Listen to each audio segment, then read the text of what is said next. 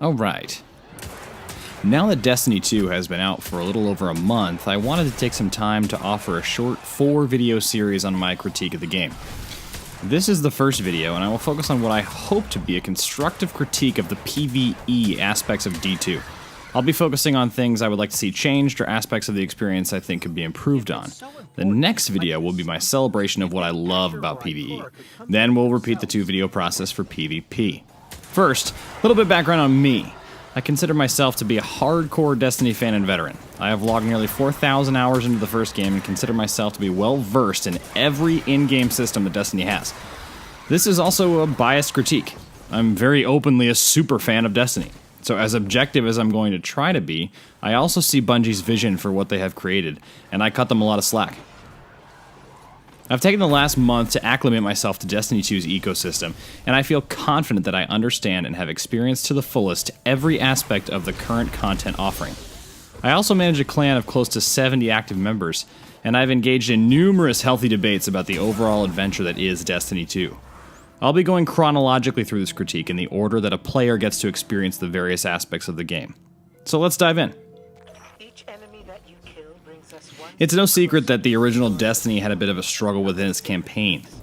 From late development cycle rewrites to high-level staffers resigning or being fired, suffice to say that when D1's story mode seemed like an outlier for revered Halo developer Bungie, a lot of people were disappointed. Since the big Destiny 2 reveal event back in May, Luke Smith regularly took to Twitter and other outlets to hype the Destiny 2 campaign and how it was going to blow our minds. To be honest, he wasn't wrong. Destiny 2 has one of the best first-person shooter campaigns in recent memory. In fact, I haven't had that much fun in an FPS campaign since Halo 4. But you'll have to watch my next video to hear why. So for now, let's talk about a few of my grievances within the campaign.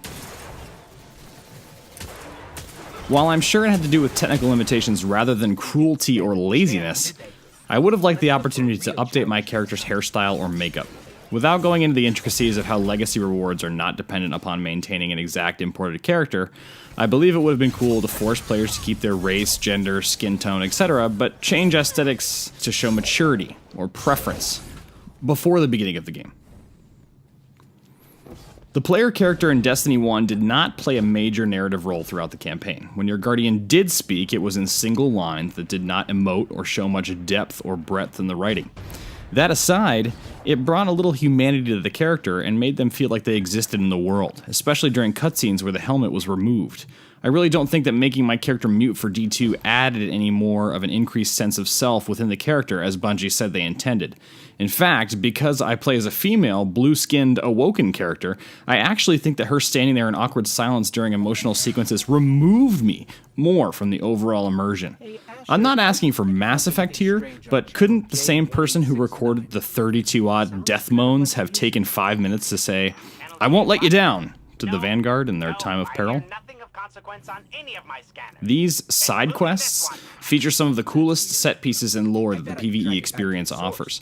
But aside from being required to do one during the campaign, these neat pieces of content are left unexplained and unincentivized due to their incredibly low-level blue rewards. These missions are literally the same size as Destiny 1's main campaign missions and are really well done. My suggestion would be to have them drop scaling rewards, legendary ones that is, in the way that the token engrams do. Have their loot table tied back to the planet they're associated with, and reward players with an additional avenue to chase that planet-specific armor or shader set.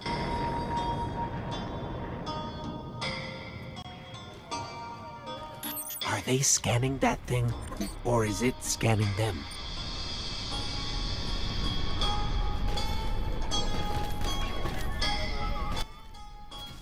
With the frequency and fun of the new public events system, lost sectors, Ikora story replays, flashpoints, Cade 6 chests, and in some cases special events like Faction Rally, patrols are simply worthless. Aside from completing the 3 daily planetary challenges, these simple carryovers from D1 just don't provide enough fun or incentive to do. They actually do the opposite. Since you can't have more than one active objective, you're limited to a region on a planet while you are engaged in a patrol.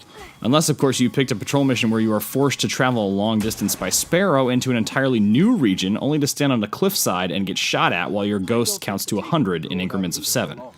You can't fast travel, start an adventure, or other quests, and you might try to find 10 goblins to kill over the course of 10 minutes for 1 token, whereas you could have just gone and done 2 far more rewarding heroic public events.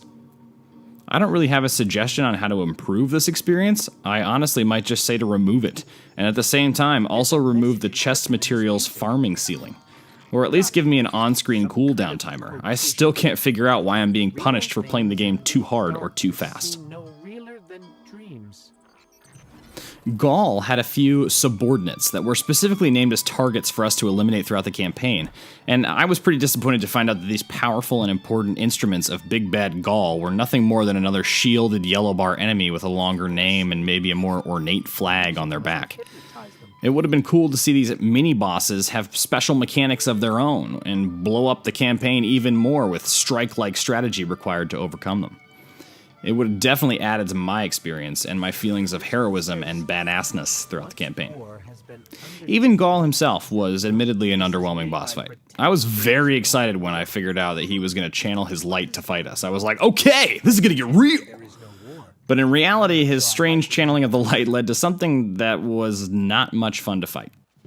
The problem is, Gaul flies around the map the whole time, making many of the Guardian Supers rather ineffective and not very fun to attack with. Dawnblade seems to be the only one that could really create that epic feeling that Bungie was shooting for, and only because it has a flying mechanic of its own. Supers like Arcstrider, Sentinel, Striker, Nightstalker, and Stormcaller all fall incredibly short of epic against a Gaul.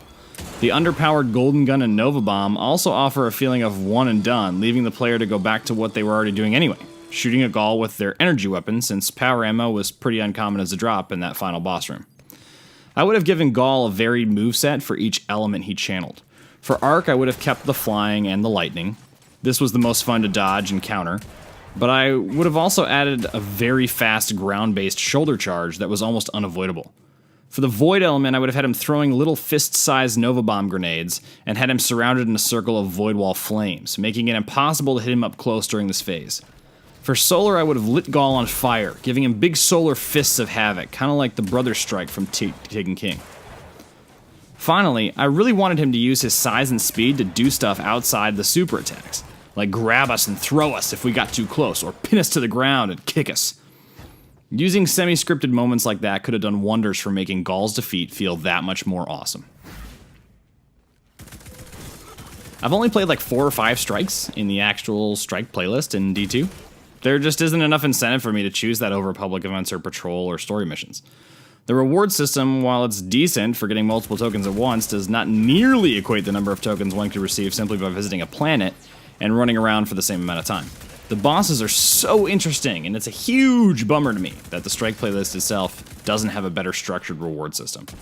This seems backwards from D1, where repeated strikes granted a reputation gains buff, a chest that offered strike-specific weapons and armor. Strikes right now feel like I've overcome this incredibly powerful enemy entity, and the reward for my time and excitement is some blue gear and a few tokens. I don't have a lot of negative things to say about the Nightfall, other than that I feel like there should be some minor guaranteed rewards associated with them. I'm talking about something like this. Rewards: powerful engram, 5,000 glimmer, and a stack of 5 planetary shaders. 20 planetary tokens. I don't mind skipping the Nightfall every week since I have plenty of other ways to be equally rewarded without the stress of finding a fire team and struggling to complete the strike in the allotted time period. I actually really love the raid, and I don't have a lot of bad things to say about it. I think that Nkooch said it best on Twitter.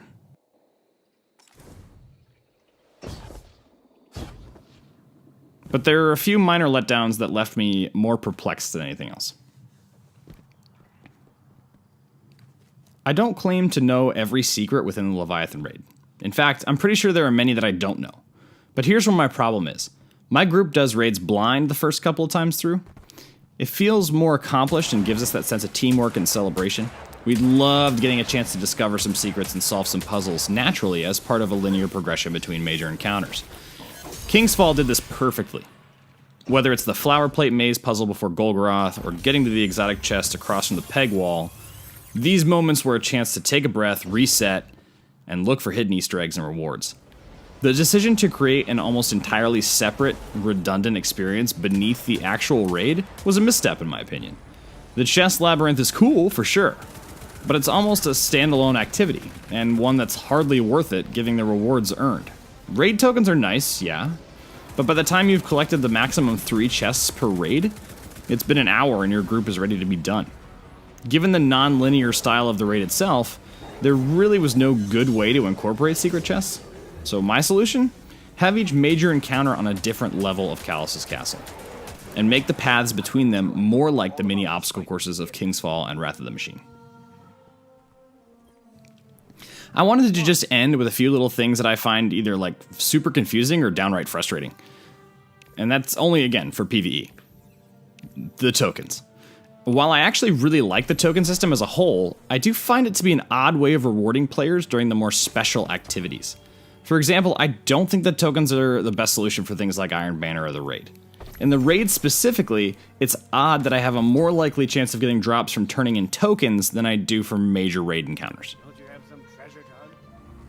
And right along the same lines as tokens, I feel like the removal of the post-activity drop screen inadvertently removed a suspenseful moment of either celebration or banter between Fireteam members. It was a lot of fun to have a full party and freak out in celebration when somebody got a Gjallarhorn after a Crucible match, or those perfect roll boots at the end of the strike. Not much else to say, really. I just missed that. I think that the standard PvE Fireteam size should have increased to 4 and been the same between Crucible and strikes. Right now, it's very awkward to decide as a team that you're sick of being stomped in the Crucible, then awkwardly asking someone to leave so that the rest of you can run a strike or patrol. The raid, however, should definitely stay 6 people. And that's a wrap on my constructive critique of Destiny 2's PvE. It sounds like a lot, but I assure you, you're definitely going to get just as much out of my next video going over what I think is working great in PvE. I certainly hope that you've enjoyed this video, and if you did, or if you didn't, feel free to let me know in the comments below. Also, feel free to subscribe if you would like to get updated on when my next videos go on live. Thanks so much for watching, guys. We'll see you next time.